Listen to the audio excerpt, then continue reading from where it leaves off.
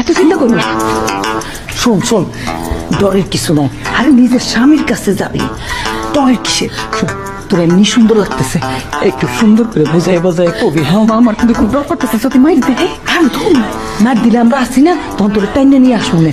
শোন মারে, তোরা তো আমি চিনি, পোল্ট্রি খেয়ে যাস না। হ্যাঁ ওখানে তাই যদি ও যদি কইটা যায় তাইলে তাইলে তাহলে আমাদের কথা কইস। হ্যাঁ তাহলে আর কাজ কাম করতে হইব না। মা গো, আমি আর এই বয়সে কাজ করতে পারতেছি না, ফুলের মতো না। এটার অবস্থা কি দেখ ভাবি, তুমি একটু আমার কথাটা চিন্তা করে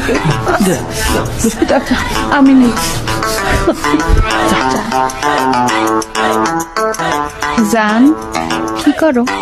কি চাই? ডিমের দাম বাইরে গেছে বলে। জানি, এটা বলার কি আছে? তোমার তো খয়েরি কালার অনেক সুন্দর লাগে। এটাও জানি, বলার কিছু নাই। সেন্ট দিছি, একটু সিঙ্গা দেখো কেমন লাগে। খুব বাজে কম। শুনো না, ওই যে আমার ছোটবেলার বান্ধবী আছে না এশা, এই কয়দিন আগে বিয়ে হয়েছে, এর বলে বাচ্চা হয়ে গেছে। তুমি না অন্যকে কত বাসের করতে চাইতা, তোমার আশাটা তো পূরণ করতে পারলাম না। তুমি কত বিজি থাকো, চলো আমরা বাসের ঘরে কার্যক্রম শুরু করি। ওরে বাটপা, আমার তো টাকা ছিল না, আমি বাসর করতে চাইছি, আমার সাথে বাসর খরচ নাই। এখন আমার টাকা হয়েছে, আমার সাথে বাসর খরচ সব হয়েছে না।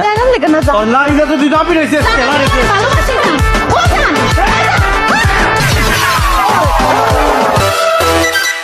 এই কি করস? কাপড় ধুই। এটিও তো দে। হেঁটে তো ধুইলাম, দুইবার করে ধুয়ে দিছি। ধুই তো আজকে তো পরিষ্কার হয় নাই। এমন ভাবে ধুইতে হবে কাপড় যাতে না বুঝে, ময়লা যাতে পরিষ্কার হয়ে যায়, মানে লাড়ি যাতে না ভাঙে, সাপ যাতে পড়ে। ঠিক আছে? সুন্দর করে পরিষ্কার যাতে হয়। ঠিক আছে? ভালো করে কাজটা কর। দোয়া কাপড়টি